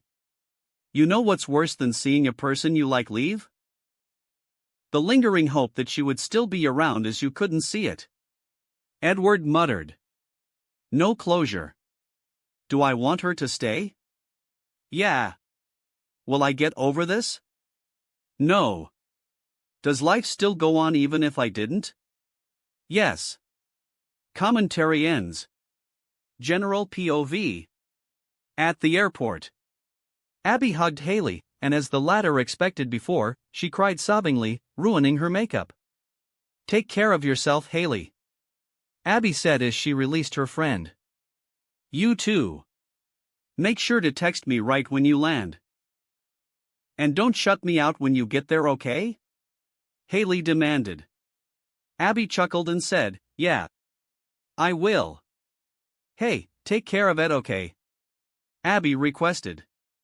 I will. Don't worry about it, Haley said with determination. Then I can rest easy and leave it all to you. Goodbye, Haley. Goodbye, Abby. Haley waved at Abby as the latter pulled her suitcase and walked into the departure lanes. Claire and Desiree were also emotional, but they didn't cry like the teenagers. Can you make sure Ed gives the key to the landlord? Desiree asked. Don't worry. A teenager with a key to an empty house is just a recipe for disaster, Claire said as she glanced at Haley. Haley flinched, but she didn't say anything to avoid her mother knowing that she had been sneaking into an empty house her dad listed for sales. You guys don't have to worry about Ed. What's he going to do? Work there? Haley jokes, causing both Desiree and Claire to smile. Desiree quickly waved goodbyes to the duo as she followed Abby to enter the departure hall. Let's go, Claire said to Haley. Haley nodded and followed her mother. On the drive home, Haley texted Ed, but the latter wasn't replying. Odd. Oh, maybe he's sleeping, Haley muttered as she knew Ed hadn't slept yet since yesterday. Unbeknownst to her, Edward was currently blaring, Steelheart She's Gone, song as he laid down flat on his bed in a depressed manner. Chapter 150, Father's Day. General POV. Camila was almost deafened by the music blasting from Edward's room as she entered the house. Ed! Turn the volume down, she shouted, but there was no answer. She was puzzled, and stomped up the stairs in an angry manner. However, she was a bit startled as she saw Edward slumped on the edge of his bed as she opened the door to his room. She walked slowly and turned down the volume of the speaker, causing Edward to look up and notice her presence. "Oh, you're back. How's the race? Have you lost your car yet?" Edward asked in a playful manner, however the fatigue in his face was undisguised. "CC car? I didn't go to Calexico to St. Street race." Camilla's eyes darted around in a guilty manner, not understanding how on earth her nephew knew about her personal life. Edward scoffed a bit and said, "Please. I had already known from the first time I got into your car. Did you really think that I'm so naive I wouldn't know what a nitrous tank is?" Camilla stammered for a while, but she couldn't find any excuses. She slumped her shoulders and said, "Yes. I went to watch a race. I didn't participate in it. Please don't tell your dad about this." "Why would I? Next time, bring me with you. I want to watch it too." Ed replied, his spirit was lifted a bit from seeing his aunt's anxiousness. "Really?" Sure." Camilla replied perfunctorily, wanting to move on from the topic. She sat next to Edward and asked, "So, what's got you down? Is it because Abby left?" "A little bit," Edward replied without changing his facial expression. "Oh, my poor nephew." Camilla wrapped her arms around Edward's head and pulled him for an embrace, pushing his face close to her chest. "You smell like motor oil and prostitutes, cheap perfumes," Edward commented, causing Camilla to raise her eyebrow in annoyance. "You want me to let you go?" she asked angrily. Edward chuckled a bit and held Camilla's arm to make sure she didn't. No. I didn't mean that. I need this." Camilla's gaze softened, and then she asked, "Have you had lunch yet?" "Not yet," Edward replied. As Camilla wasn't at home last night, she didn't know that Edward hadn't gotten any sleep yet. "Let's go out and eat something special. And then we will get the large bowl of ice cream at the dessert place. How about it?" "Sure. Emma, go change first. Want to invite your friend with you?" Camilla offered. "I'll see if Enid is free right now. I especially need her energy," Edward replied, as interactions with Enid always boosted his mood upward. "Jay's house. Is everyone coming tonight?" Jay asked as he sipped a glass of scotch at the bar. "Jess, yes. All family members will be here," Gloria replied as she put down a bag of groceries on the kitchen top. "I have bought all the meat you want for the barbecue. And apparently a few other stuff too," Jay said playfully as he saw the Victoria's Secret bag on Gloria's hand. You don't like your Father's Day gift?" Gloria said seductively. "I was planning on wearing it tonight, but if you don't want it, when the hell did I say I didn't want it? You can buy anything you want, hun." Jay replied quickly and kissed Gloria on the forehead, causing the latter to giggle. Then, Gloria became hesitant and asked in a careful manner, "Did Manny give you a card yet?" Jay replied solemnly, "No. And honestly, I don't expect it. Also, his dad called him when you're out, and wants to bring Manny to have fun this evening, just the two of them." "Javier? Did you tell Manny about it? I'm afraid that he won't keep his word again." It's not the first time he had done this. Jay sighed and said, "Manny was the one who picked up the phone." Gloria blinked her eyes in helplessness, feeling as if a headache was coming in. Manny suddenly walked into the kitchen from upstairs and asked his mother, "Mom, is Edward also coming to the barbecue today?" I don't think that he knows about it." "Why?" Gloria asked. Conflicted, Manny spoke, "Well, if he comes, then I don't know if I want to out with Dad He'll come."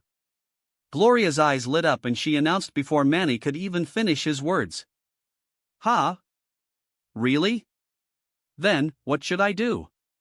Manny asked with furrowed brows as he didn't know whether to choose his estranged dad or Edward. Gloria pushed Manny from behind to move him out of the kitchen. Don't worry. If your dad comes, he can join us. Easy, right? Jay was baffled when he heard it, but Gloria turned to him and mouthed, "He won't even come." "Don't worry." Edward POV. Unfortunately for me, Enid had to spend time with her dad today, therefore I had to just eat the ice cream with my aunt. "What's with the look on your face? Are you not happy spending some time with me?" My aunt asked, irritated as she devoured her ice cream sundae angrily. "Yes," I replied. "You jerk." My aunt cursed with a smile. There were a lot of people in the dessert place, especially teenage couples who got together to decide their future during summer. "It's not you, but I want to go to Daytona Beach and meet college boys. So, it's better if we break up," a teen girl said to his boyfriend before he cried. It was the perfect combination for me as I could enjoy watching some teen drama as I ate my ice cream. Not to mention that they were all absorbed in their own dilemma that they didn't even notice my presence inside the shop. Well, now that I think about it, it's really perfect that we both went to get dessert at the breakup place together. She added. "Huh? Why? Did you break up with someone? Wait, do you even date?" I asked curiously. "Of course I'm dating. I'm still young," she replied angrily. "You're almost 30 dash." She threw her cherry stem at me, which I avoided skillfully and said, "It's not like I don't want to believe you. But I have never seen strange men traipsing around the house while I stay with you." She rolled her eyes and said, "I'm not that kind of woman." "You mean, not having sex till marriage kind of woman, or after 3 dates kind?" It felt awkward speaking to my nephew about this, also, the second one. "Nah, don't worry about it. I'm smart enough to know about all of this stuff before anyone even taught me." "So, which bastard broke your heart?" I asked with a sly smile, causing my aunt to laugh. "Well, it happened in Cuba." She started sharing her story of how she got her heart broken just before she came back to LA. About how her ex-boyfriend told her he wasn't who she thought he was, and he wanted to end things as he needed to get back to his country. "I thought I met the one, but instead, I'm just his side piece." She sighed heavily as she wiped her mouth with a napkin. "Oh, in his defense, you are a piece." Camila was flattered, but then I smiled mischievously and added, "Of work." "Ah." She gasped in offense, before she laughed. "Are you dating anyone now?" I asked. "Nah. I'm still in the moving on phase." She muttered. "Wait, how long did you guys date?" I asked incredulously. "Less than a week dash." "No shit, sorry. And you haven't moved on yet? How good is this guy?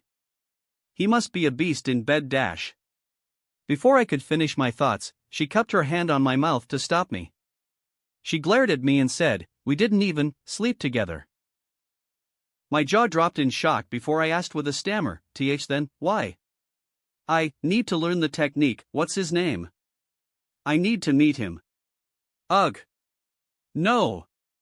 I don't want you to learn from that guy. Ever." "Then, tell me. Why?" "Well, in short terms, we clicked, there's no boring conversations. We argued, but it felt nice. I don't know.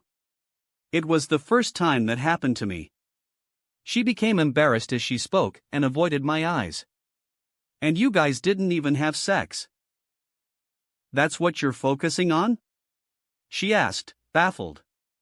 But honestly, I couldn't believe my ears. "Damn, did he say to you that you're his side piece? Or that he's married?" I asked. Camila rolled her eyes and said, "No. But it felt that way.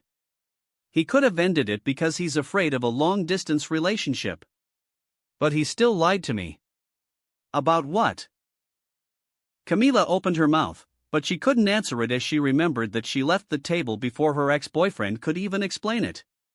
You don't know?" I raised my eyebrow. He could be a member of a certain sensitive organization, so he couldn't use his real name, or if that's what he's not what you think he was meant. But they will need a reason to get close to you if they want to go undercover. "So, do you have anything that would gain the interest of these people?" I really don't want to talk about this. Camila widened her eyes as I spoke, and her face paled as she realized a few things. I need to call my sister. You mean my mom? I asked with a laugh.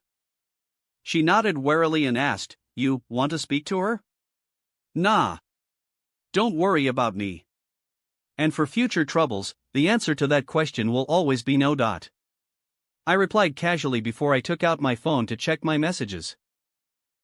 I wasn't in the mood to reply to anyone before, so there's a few message notifications from my friends and also Pepper. My aunt sighed and went outside the restaurant to make the call. I finally saw a few texts from Haley.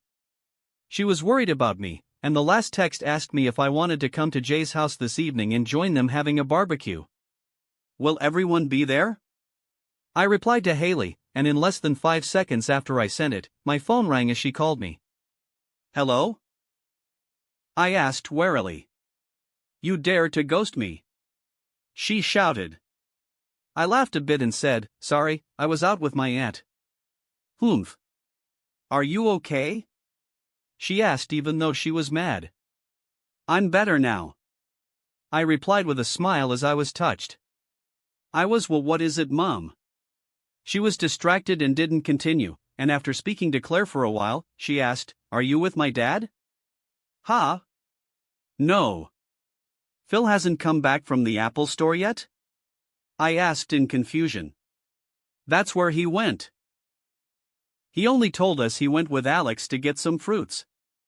MOM. I laughed as I heard Haley shouting for her mom, and after a while, she said, Sorry for that. No. It's fine. So, what time? Oh, you're coming? Haley said in a baffled tone. I was confused. Yeah, you're the one who invited me? Ah. Right. Bring your swim trunks too. Haley said with an excited tone. A pool party? I'm not in the mood to swim.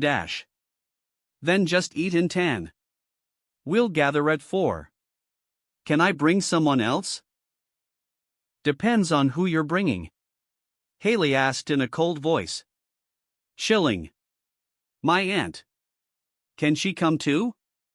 My aunt returned to her seat at this moment, and she asked me with a gesture to try and understand the situation. Oh, I'm thinking of going to sleep after this. I haven't gotten any shut-eye yet since last night. Oh. Shame then. I said to her before I replied to Haley, so I will come alone. But I need to get back before 7. I have plans with my dad. Ah. The losing at lottery thing. Alright, I don't think it'll take too long. But I'm not quite sure as Grandpa is the one grilling. Huh? I was confused at first, then I remembered that Jay overcooked the meat in the series. I rubbed my forehead and said, I see. But don't worry. It's still good. You just need to chew it longer. She said warily. I laughed out loud, causing Haley and my aunt to be confused. I'll see you there. Oh, okay. Haley stammered before we finished the call. Look at you, all smiling and excited to meet another girl. It takes you only one afternoon to move on from Abby ED. I'm sorry. My head and shoulders dropped as I heard Abby's name, so my aunt apologized and tried to cheer me up again, but it was futile. Ah. Wait. I forgot. Where's Dad? I muttered as I got into the car with Camila as we left the restaurant. She shrugged her shoulders to indicate that she had no idea, therefore I called him. As he picked up the phone, I could hear some throbbing music in the background and the DJ announced, Give a big hand for Kimberly. Dad, are you at a strip club? I asked incredulously. I heard his nervous voice coming from the other side of the call. Well, yeah, but not because of the reason you're thinking of. Ugh. Can't believe you didn't invite me. I cut him off, causing him to be stunned speechless. What is it? My aunt asked from beside me as she drove the car. Dad is at a strip club. I replied. Ed, I'm not You degenerate old man. My aunt widened her eyes and cursed at the phone, causing my dad to be stunned again. I'm really not. This is the only place that has the lottery tickets left. I went to 7 places, and it's all sold out. My dad tried to explain himself, but I ignored him and said, Dad, you shouldn't go to the strip club at noon. That's too pathetic. You should wait till tonight. I'll come with you. You're not going to a strip club. My aunt and my dad shouted at the same time. Ugh. Unfair. I pretended like I was pouting, which made my aunt stare at me incredulously. Is Dwayne there? I asked. Why, yeah. He's here. Why? Dad asked, full of wariness. Can I talk to him? Not until I know what you're going to talk to him about. Dad said. Never mind. I'll just add him to the call. I said as I called Dwayne too. He picked it up instantly. Hello? Dwayne. Since you're there, can you buy my dad a few lap dances on my behalf? I'll reimburse you later. I asked. Edward. My aunt's face turned horrified as she heard it. What? I'm just trying to give him a Father's Day gift. Dad. Dwayne. The stripper. Half an hour later, I was dropped off to Jay's house by an angry aunt. She hasn't stopped scolding me yet, trying to drill into my mind that women are not objects, and so on. I told her I was joking, but that didn't stop her from giving me a lecture. Hey, you made it. Haley opened the door in excitement. I haven't even rang the doorbell yet. Were you waiting for me at the front door? I asked teasingly. She blushed a bit and grabbed my hand before pulling me in. Dad has just arrived. Hey, ED. Phil greeted me with excitement before he waved the new iPhone box in the air. We got it. Oh ho. Let me see it. I walked towards Phil and Alex as they showed the new phone to Claire. Nice stuff. Yeah, we went to 5 stores, just to pick the best one. Phil said proudly. Alex scoffed and said, turns out, the best deal is at the first store, so we went around town for nothing. Don't be like that. Don't you like spending some time with your dad, especially on Father's Day? I muttered, causing Phil to turn sad, and Alex to be anxious. Oh, of course I like it. Alex replied with gritted teeth as she knew she was played. She mouthed to me menacingly, this is not over. Phil, it's the first time for Alex to use a smartphone. Why don't you show her the features? I instigated again, causing Alex to be flabbergasted. Phil's eyes lit up as he said, that's a nice idea. Damn it. Alex cursed with a whisper. Then, I turned to Claire and said, Luke told me he's going to follow a stranger if he is candy. No, I didn't. Luke, who was playing with Manny, turned ashen. You daily? Luke. Is that true? Claire asked, horrified. I'm just worried for you, Luke. I said with a fake concerned voice. Liar. Luke shouted, but Claire dragged him away to give him a thorough talking to. Why are you making trouble everywhere? The atmosphere was nice before. Haley asked in confusion, but not apprehension. Well, I need a good show to watch to uplift my mood. Now, where's Mitch and Cam? She laughed. You're targeting them now? They're by the pool. Let's go. Well, I wasn't lying. I used to watch the Modern Family episodes whenever I needed a laugh. Now that it exists in real life here, all I could do is concoct my own episodes and watch them live. Hey. That's the rock star. Jay greeted me with a smile as he checked on the meat. Hi, Jay. Happy Grandfather's Day. I said playfully, which made him laugh. I had prepared something special for dinner today. A genuine Polish-style bratwurst. Nice. I can't wait. I'll eat that even if you overcook it. I muttered. Jay's smile froze and he said, why would you think I'm going to overcook it? I stammered, and turned towards Claire, who's scolding Luke while making sure that Jay saw who I was looking at. Jay's commentary. So, no one is brave enough to tell me they don't like my grilling, and have to make sure a guest takes care of my feelings too? He asked angrily. Commentary ends. I'm going to go and see Lily. I avoided talking much to Jay as I grabbed Haley's hand and brought her to see her gunkles. She almost laughed out loud and blew my schemes, so I need to bring her away quickly. Mitchell and Cam were talking and in a good mood by the poolside. Hey, happy Father's Day, Mitchell. I said as I hugged Mitchell to celebrate him. Cam's smile froze a bit, but he was still nodding along as he didn't want to blow up there. Mitch and Cam's commentary. Why not, happy Father's Day, Mitch and Cam? Why only Mitch? Does my stay-at-home dad status make him equate me with taking a more feminine role in this relationship? Cam said aggressively. Mitchell rolled his eyes and said, it's because I'm closer to him than you, Cam. Commentary paused. I turned to Cam and acted surprised before I said stammeringly, oh why you too. Happy Father's Day, Cam. Commentary restarted. Cam was crying in a dramatic manner as Mitchell patted him on his back, trying to comfort him. He thinks I'm the mother. Cam exploded while sobbing, face full of tears. Commentary ended. I sat with Haley near the poolside, watching Mitch and Cam argue with each other. Alex was caught by Phil and he wouldn't stop teaching her. Luke was scolded by Claire, and a smile rose up in my face. You're Satan. Haley muttered teasingly. I acted shocked and said, how did you know my name, mortal? She laughed as we both enjoyed the chaos together.